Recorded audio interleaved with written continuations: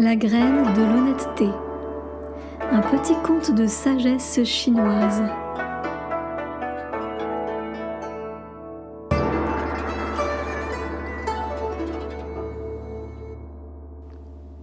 Il y a très longtemps, bien trop loin pour que notre mémoire puisse remonter le fleuve de nos vies présentes et passées, une impératrice chinoise se faisait vieille. Elle était si vieille qu'autour d'elle, il n'y avait plus personne pour se souvenir du temps où elle était petite fille. Elle était si vieille qu'autour d'elle, il n'y avait plus personne pour se souvenir du jour où elle avait été sacrée impératrice et où elle était montée sur le trône. Or, l'impératrice cherchait son héritier. Ses enfants étaient tous morts de vieillesse. Ses petits-enfants étaient eux-mêmes des vieilles personnes. Elle ne voulait pas choisir l'un de ses nombreux arrière-petits-enfants, car quand les uns étaient bien trop querelleurs, les autres étaient bien trop paresseux, ou encore vaniteux, ou encore menteurs.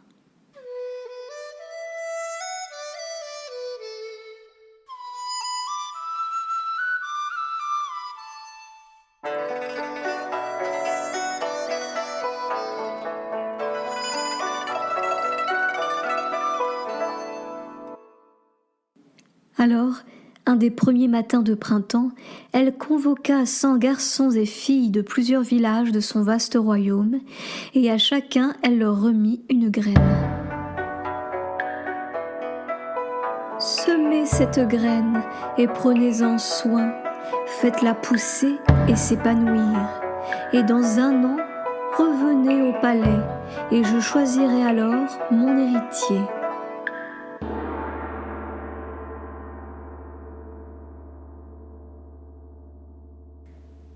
La jeune Line rentra chez elle, et avec l'aide de sa mère, elle prit grand soin de semer sa graine dans un pot, de l'arroser, de la nourrir, de lui apporter air et lumière.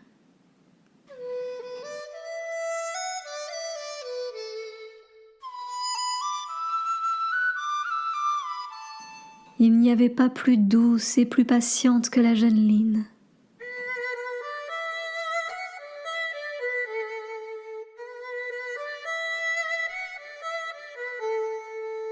Les jours passèrent, les fleurs aux arbres devinrent des fruits, et les petits cours d'eau s'asséchèrent sous le soleil irradiant. Les jours passèrent, les derniers fruits furent récoltés, et les feuilles aux arbres jaunirent, puis quittèrent une à une les branches fatiguées. Hélas, la graine ne germait pas.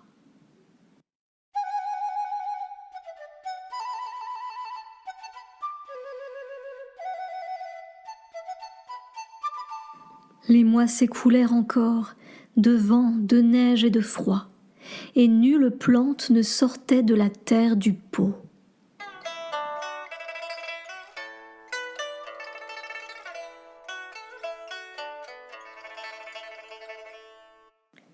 Et puis le jour se leva, où l'on était revenu au même matin de printemps, et où il fallut se représenter au palais devant l'impératrice.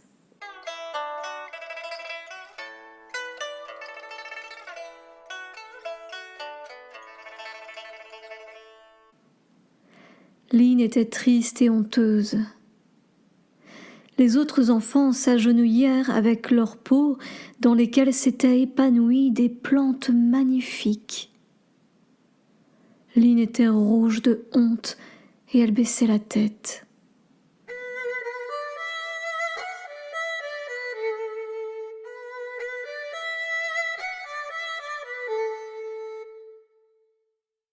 La vieille impératrice, allongée sur sa litière, se fit promener dans les rangs où elle regarda intensément chaque enfant et chaque plante. Et puis elle prit la parole. « Mes enfants, voici que parmi vous j'ai trouvé mon héritier. »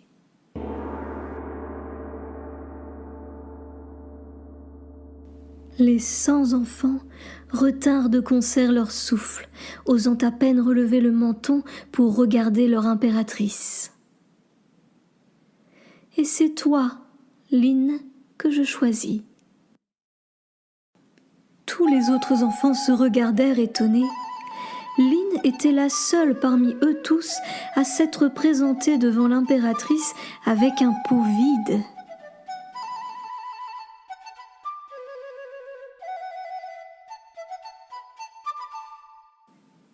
Mais la vieille impératrice reprit.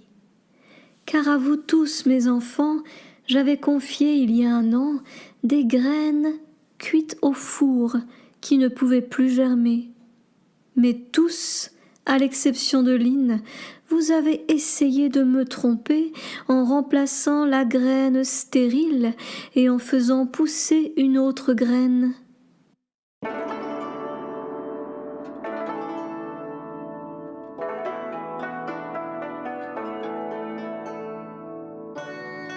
Or, celle qui devient impératrice ou celui qui devient empereur et doit gouverner tout un peuple doit être quelqu'un d'honnête qui ne connaît ni le mensonge ni la tromperie.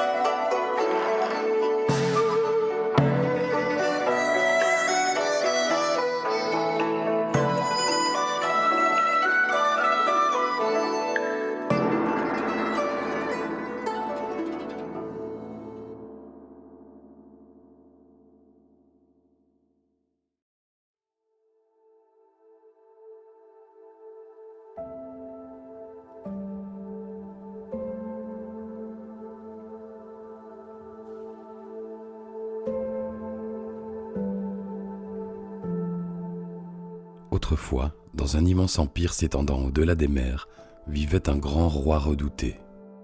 Personne ne pensait qu'il pût régner un monarque plus puissant ou plus riche. Le roi lui-même finit par croire qu'il n'existait pas sur terre un homme capable de surpasser sa grandeur. Le souverain fit proclamer que, dorénavant, tout le monde l'appellerait son invincible magnificence, grandissime immensité, infinie resplendissante majesté. Et il ordonna aux gardes d'arrêter quiconque ne le nommerait pas ainsi. Un jour, le capitaine des gardes se présenta devant lui. Mettant un genou à terre, il lui dit « Ô invincible magnificence, grandissime immensité, infinie resplendissante majesté, nous avons ici un homme qui refuse de vous appeler ainsi. Amenez-le-moi, ordonna le roi. Les gardes lui amenèrent un vieil homme. « Qui es-tu » lui demanda le roi. « Je ne suis qu'un vieux marchand, je vis avec ma femme dans une petite maison en haut de la montagne, » répondit le vieil homme. « Et qui suis-je » lui demanda le roi en le regardant sévèrement dans les yeux. « Vous êtes le roi, » dit calmement le vieux marchand. « Non, » cria le roi en tapant de son poing sur le trône. « Je suis l'invincible magnificence, grandissime immensité, infinie resplendissante, très extraordinaire, absolument unique majesté. » « Sire, » répondit le vieil homme, « vous êtes en vérité un grand roi, mais je ne vois pas ce que vous avez de si... » Le roi furieux le fit jeter en prison. Un an plus tard, le vieux marchand fut libéré et retourna chez lui. Quelques jours après, les gardes l'amenèrent à nouveau devant le roi. Cet homme refuse toujours de vous appeler correctement. Ô invincible magnificence, grandissime immensité, infinie resplendissante, et plus que jamais unique majesté. Jetez-le en prison, dit le roi, il finira bien par apprendre. Le vieil homme fut relâché au bout de 2 ans. Le roi, ne pouvant croire que l'homme refuserait encore de l'appeler par son titre, décida d'épier lui-même les paroles du vieux marchand. Une nuit, il se rendit furtivement chez le vieillard. En arrivant, il entendit par une fenêtre ouverte le vieil homme s'entretenir avec sa femme. Celle-ci se plaignait amèrement du roi. « Paix, ma femme, répondit alors le vieil homme. Il est vrai que notre roi est parfois enclin à la colère, mais nous devons le lui pardonner. Depuis qu'il nous gouverne, la paix règne dans le pays. La population mange à sa faim et il garde les impôts à un taux raisonnable. Te souviens-tu qu'il a distribué plusieurs de ses domaines à des centaines de paysans afin qu'ils puissent posséder leur propre lopin de terre? Oui, vraiment, nous avons infiniment de chance. Puisse-t-il vivre longtemps, entouré par l'amour et le respect de tous. » Le roi, en entendant les paroles élogieuses du vieux marchand, fut saisi de terribles remords. Il entra dans leur maison et s'agenouilla devant le vieux couple, leur demandant pardon de leur avoir causé tant de tort. Le vieil homme s'inclina alors profondément devant lui et dit « Je suis très heureux de voir son invincible magnificence, grandissime immensité infinie, resplendissante majesté. » Et extraordinairement gigantesque, lui souffla tout bas sa femme. Le roi, surpris, lui demanda « Pourquoi, mon ami, m'appelles-tu maintenant ainsi, alors que je t'ai injustement emprisonné pour n'avoir pas prononcé ces mêmes paroles ?»« Majesté, lui répondit le vieil homme, seul le plus grand d'entre tous les hommes sait reconnaître ses fautes et demander humblement pardon. Aujourd'hui, vous méritez vraiment toute la reconnaissance de votre grandeur. » Lorsque le roi retourna dans son palais, il prit des dispositions pour que le vieux couple ne manque jamais de rien et ordonna d'annuler le décret qui le nommait... Comment déjà ?